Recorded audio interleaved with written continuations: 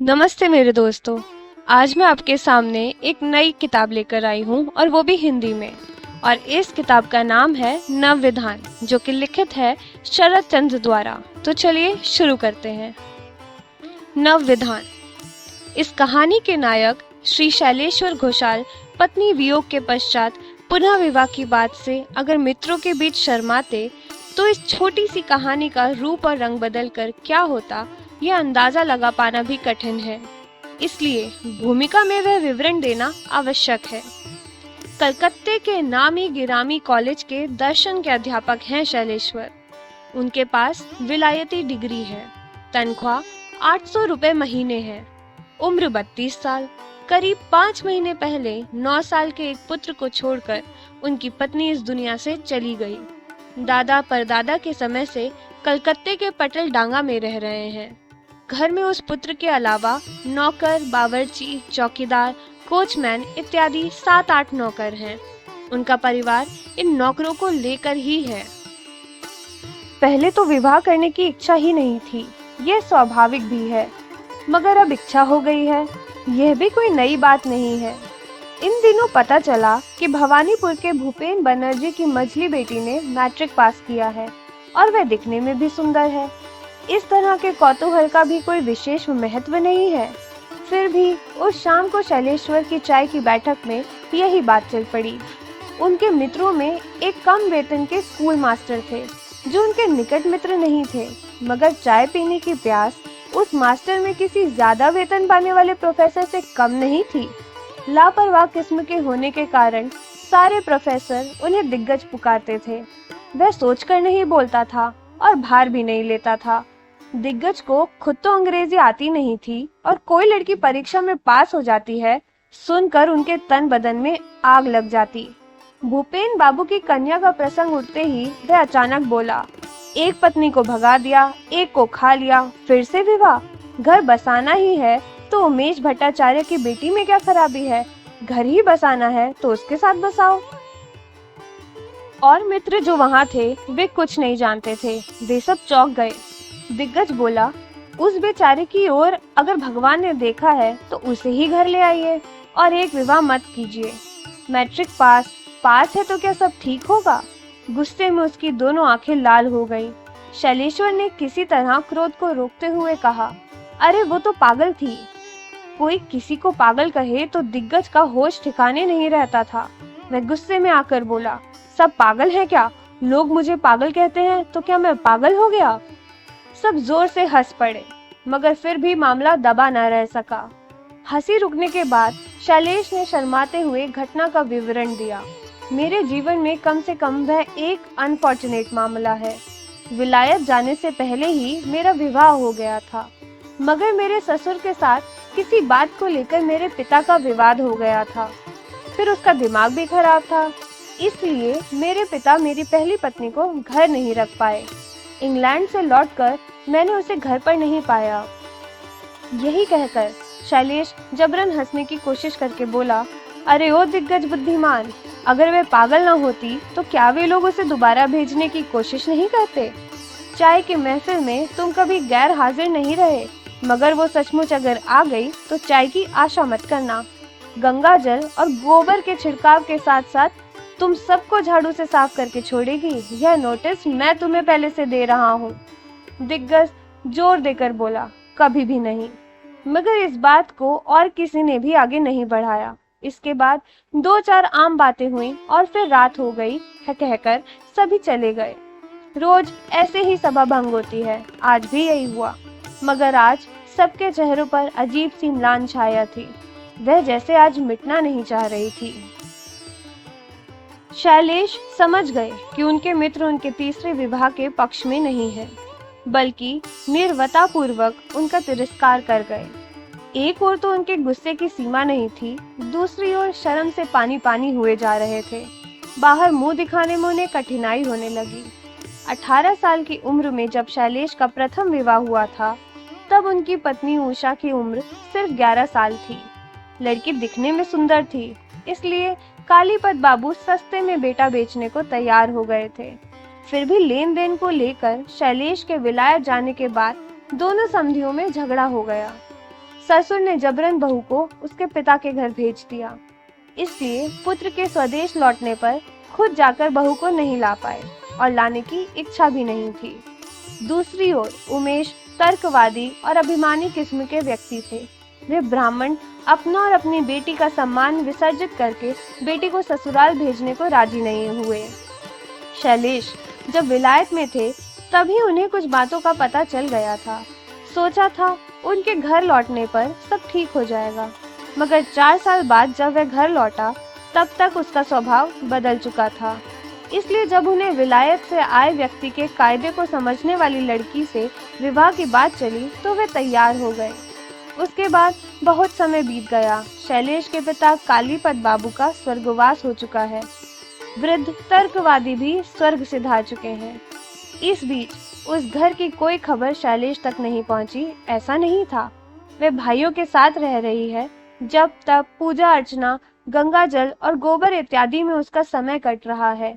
उसकी शुचिता के पागलपन से उसके भाई परेशान हो चुके हैं।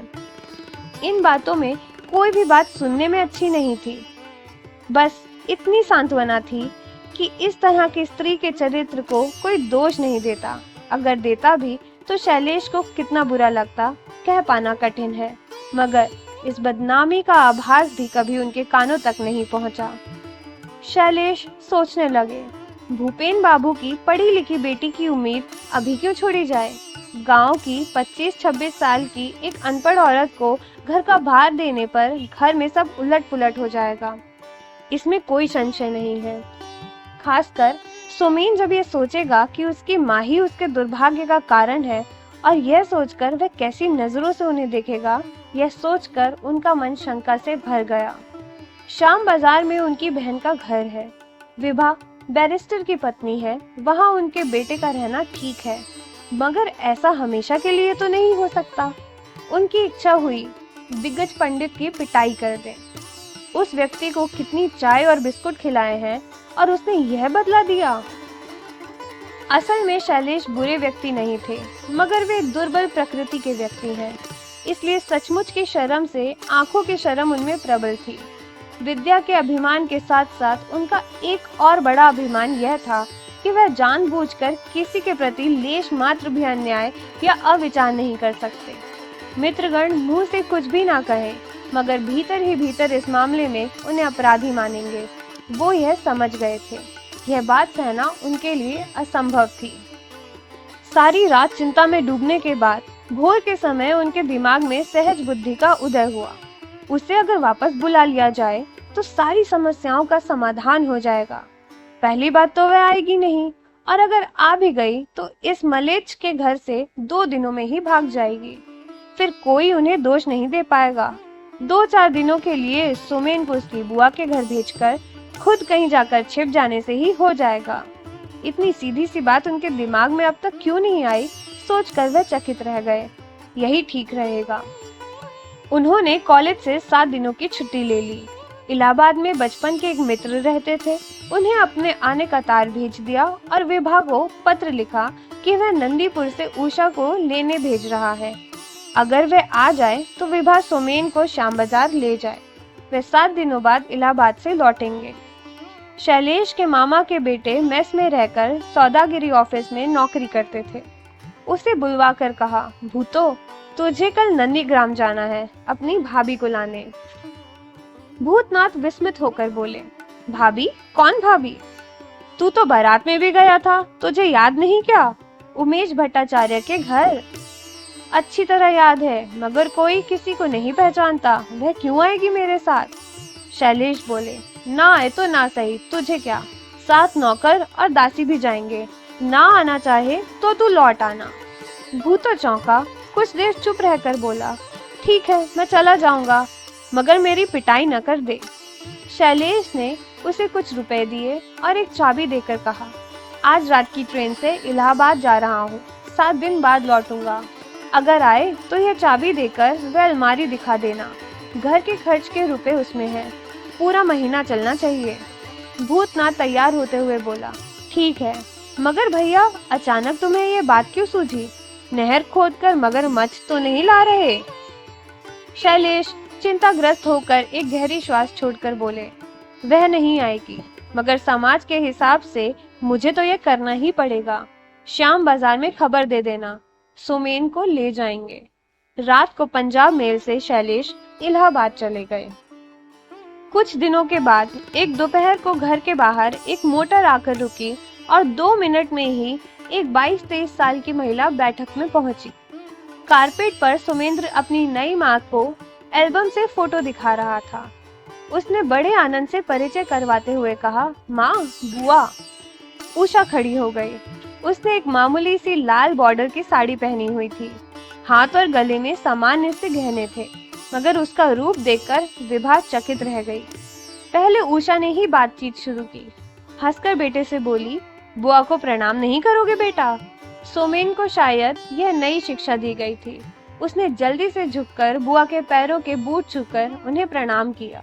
उषा बोली, खड़ी क्यों है ननंद जी, बैठिए ना। विभा ने पूछा, आप कब आई? उषा बोली, सोमवार आई थी, आज बुधवार है, 3 दिन हो गए, मगर खड़े रहने पर बात नहीं बनेगी, बैठो ना।